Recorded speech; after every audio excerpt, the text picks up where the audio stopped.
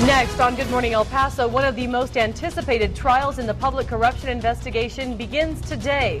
Luther Jones and Gilbert Sanchez both set to appear in court. Plus, EPISD now moving ahead with cost-cutting measures, slashing dozens of positions at a meeting last night. Clean energy, but you'll never get it with El Paso Electric. They're abusing their franchise, and they're abusing our community. Residents of Sunland Park continue to question a move by El Paso Electric that will increase the production of electricity in our area. Also, those who use solar panels finally have a solution with El Paso Electric. I'm Stephanie Vai, and I have that story in a live report. Live, where news comes first. From the Mesilla Valley and Las Cruces to El Paso and the borderland, this is ABC-7's top-rated morning news. Good morning, El Paso. Rise and shine. A very good morning to you, El Paso, Las Cruces, Juarez, and all surrounding areas, of course. I'm Bob Hart. And I'm Hillary Florin. Good morning, everyone. It is 6:01 and already nearly 50 degrees outside our studios here. So nice. Feels great. Going to be another beautiful day outside, right, Jorge? That is right, Bob and Hillary. We are expecting temperatures to climb above average yet again this afternoon. But right now, you want to keep that light jacket out before you step out the door this morning. As we are tracking temperatures in the 40s in many locations, we've actually dropped a few degrees since last check. 46 now in El Paso at the airport with winds from the east-southeast at 6. That's what's keeping those dew points up a bit at 34 degrees this morning. Therefore, the humidity is at 63%. Las Cruces, temperatures now in the lower 40s, 41 with calm winds, but very dry in your neck of the woods with a dew point of 3. Humidity now at 20% to start off your day. And here's what we expect for the rest of your Wednesday. Temperatures staying above average later this afternoon, 70 by noontime, with some occasional breezes. There is an upper-level trough that will pass just north of us, allowing for the winds to pick up, but nothing too strong today. Peak wind gusts could reach 25, and our high today 80 degrees. And in just a few moments, we'll talk more about the winds, not only for today, but also for the weekend, along with the heat wave that we're anticipating. Back to you. All right, thanks so much, Jorge. 2 minutes past the hour. Later this morning, attorney and former county judge Luther Jones, as well as a former El Paso district clerk, Gilbert Sanchez, will stand trial in federal court. Now, each one is charged with 1 count of mail fraud and 1 count of wire fraud. Jones and Sanchez are accused of trying to steer contracts to a private company and are facing federal conspiracy charges. Prosecutors say Sanchez even took a trip to Las Vegas in exchange for steering county businesses to one of Jones's clients. The first man to go to trial as part of the public corruption investigation has learned how much time he'll spend behind bars. Ernie Lopez was sentenced to 36 months in prison yesterday. He'll also serve 3 months probation and must pay the government nearly $4 million in restitution. Lopez was found guilty in October of last year on 1 count each of making false statements and conspiracy. He was the former chief operations officer for the National Center for the Employment of the Disabled, also known as NCED. After months of paying hundreds of dollars for electricity, they help generate relief in sight for those El Pasoans who have solar panels on their homes. Good morning, El Paso. Stephanie Vai is live with an update to the story that you've been following for a while. Steph, what is the latest? Well, Bob, last week we told you how dozens of El Pasoans who sold electricity back to El Paso Electric were stunned to learn they owed hundreds to the utility, even though they helped generate some of the power with their solar panels. Well, ABC-7 learned they were being charged the same rate as everyone else despite generating that power. The issue ended up going before City Council on Tuesday, and city representatives voted to work with El Paso Electric to draft legislation that would enable net metering. Net metering would allow a system owner to receive retail credit for at least a portion of the electricity they generate. City Representative Eddie Olguin was the only one to vote against creating net metering. He says he doesn't think it's fair to those who don't have solar panels. That means that the masses of people, their electric bills will be going up, and that's not fair because people can't afford solar. City staff will collaborate with El Paso Electric on how net metering will work. Hillary? All right, thanks so much, Stephanie, for that live report. Dozens of Sunland Park residents showed up for a hearing on the potential expansion of El Paso Electric's Rio Grande station. Now, El Paso Electric wants to add a new 87-megawatt gas turbine to the station in order to increase electricity production for our growing community. The company says the new turbine will also make the plant cleaner and more efficient. But some Sunland Park and Anapra residents are against this plan, despite assurances they say that electricity production means more pollution. This plant is going to increase its capacity to produce electricity 30%, and it's going to increase its pollution 30%. They make a lot of noise, and they're going to make a lot more noise when they crank up their new jet engine, same kind of engine that powers a 747.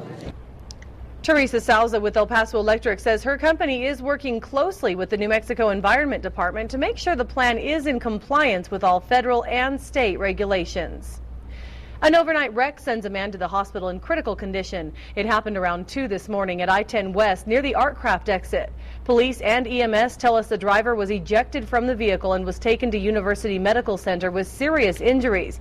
Now, because of this investigation, I-10 West was shut down for hours this morning. Drivers had to exit at Artcraft and then get back on I-10 at Trans Mountain. And right here, you're looking at a live shot. It looks like the freeway is open from this angle, but you can see traffic is having to veer off to the right. You see that light, the long line of traffic? It's because everybody's getting off at Artcraft and then getting back on the freeway. So that's what's going on there, folks. But as soon as it reopens, we'll let you know. Charges now pending against the grandmother of a 9-month-old baby boy killed in a crash over the weekend. Officials with the El Paso County Sheriff's Office saying that 59-year-old Maria Onesto still hospitalized, but she's said to be stable but still critical condition. Investigators say Onesto was driving a truck in Canotillo when she swerved into the opposite lane and crashed head-on with the car. An investigation revealed that her grandson was sitting in a baby bouncer in the front seat and was not properly restrained. The driver and passenger in the other vehicle are expected to be okay. Convicted killer David Marmolejo has a new attorney, and he's already filed for another retrial. Judge Gonzalo Garcia has appointed Matthew DeCoates as Marmolejo's new attorney. He'll take over the case from former defense attorney Greg Anderson. Garcia is now set to make a ruling regarding the second retrial. Marmolejo is serving a 54-year sentence for murdering his mother. The widow of an alleged drug trafficker was not able to identify the two men linked to his murder. Sergio Salcedo was kidnapped in broad daylight from his home in Horizon back in 2009. He later turned up dead in Juarez. Salcedo's widow says that she was with her husband when it happened, right in front of a school bus full of children. She told the court that she could not identify Rafael Vega and Cesar Obregon Reyes as the kidnappers. However, the school bus driver did identify Obregon in court. That trial of the two suspects continues today. The El Paso Police Department has begun the process of firing one of its own. Police officials say 32-year-old Robert Barragan was arrested Monday with a small amount of pot, less than 2 grams to be more precise. However, that is still a misdemeanor. Barragan was arrested along with 32-year-old Crystal Robles at a home on the 3700 block of La Cuesta in far east El Paso. That is where the pot was found. Barragan is an 8-year veteran of the force who was assigned to the Central Regional Command as a patrol officer. In the meantime, El Paso police have arrested a man in connection to an ongoing child porn investigation. Investigators say that 19-year-old Jose Luis Rojo was caught sharing 19 files of child porn over the internet. They say that the files featured children in between the ages of 5 and 13. Rojo was jailed Tuesday on a $25,000 bond. He's charged with possession and promotion of child pornography. Gunmen in Mexico continue targeting state investigators and their families. According to the Chihuahua State Attorney General's office, 28-year-old Brenda Carrillo and her daughter were gunned down as they left their home in Chihuahua City. That city is about 230 miles south of El Paso and Juarez. Carrillo worked as an investigator for the State Attorney General's office and was married to one of Chihuahua Governor Cesar Duarte's bodyguards. In a move that will change the look of our city forever, El Paso City Council has accepted TxDOT's plan to build that highway along Trans Mountain Road. Wilderness advocates say the highway will destroy precious foothills like arroyos and wildlife, but officials with TxDOT deny those claims and say it is the safest way to solve mobility problems in the area. Residents who support the plan also say our city needs to take advantage of that TxDOT, the fact that TxDOT is willing to pay for the entire $80 million project. We currently are being blessed with a huge amount of money. How many times does El Paso ever get $80 or $85 million that's free at no cost to the taxpayers? Not very often in my lifetime. Maybe never. I just cannot believe some of the things I'm seeing, the coercion here by council of different times. You've gone to opposing the freeway in its current form, to trying to save all 1,750 acres, to save 850 acres. The mayor said he would support that and then reneged on his promise and said he would veto the whole thing twice. Representative Byrd was the only one on council to vote against the freeway. Council also voted to work with TxDOT to make the entrance to the Franklin Mountain State Park safer. Right now, both sides agree that TxDOT's proposed entrance is just too dangerous. We also learned that there is already a second movement underway to gather signatures to petition City Council to preserve the area around that highway and to prevent any future major road construction there.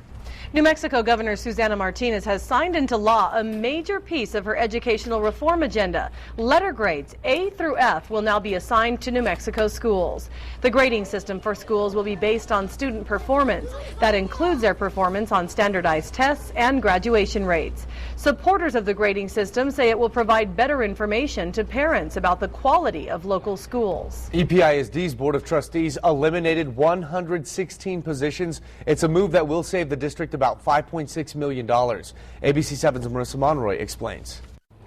Of all the positions at risk of being eliminated, only a group of librarians addressed the board. Turns out their jobs were the only ones saved. Here's a look at the positions that ended up on the chopping block. 62 language proficiency assessment committee clerks, 26 at-risk coordinators, 9 at the 9th grade level and 17 at the middle school level, and 28 central office positions. Board members say eliminating these 116 positions will save the district about $5.6 million. Tuesday night, 10 high school librarian positions were saved. The board evenly split on a decision to eliminate those posts, resulting in a failed motion. It came shortly after half a dozen librarians told the board why their jobs are so important to the district. It's important to stress that these positions were eliminated, so board members say no one from these groups is going home this semester with a pink slip. Instead, they will be offered a job in the classroom based on their teaching certification. Reporting from EPISD headquarters, Marissa Monroy, ABC-7.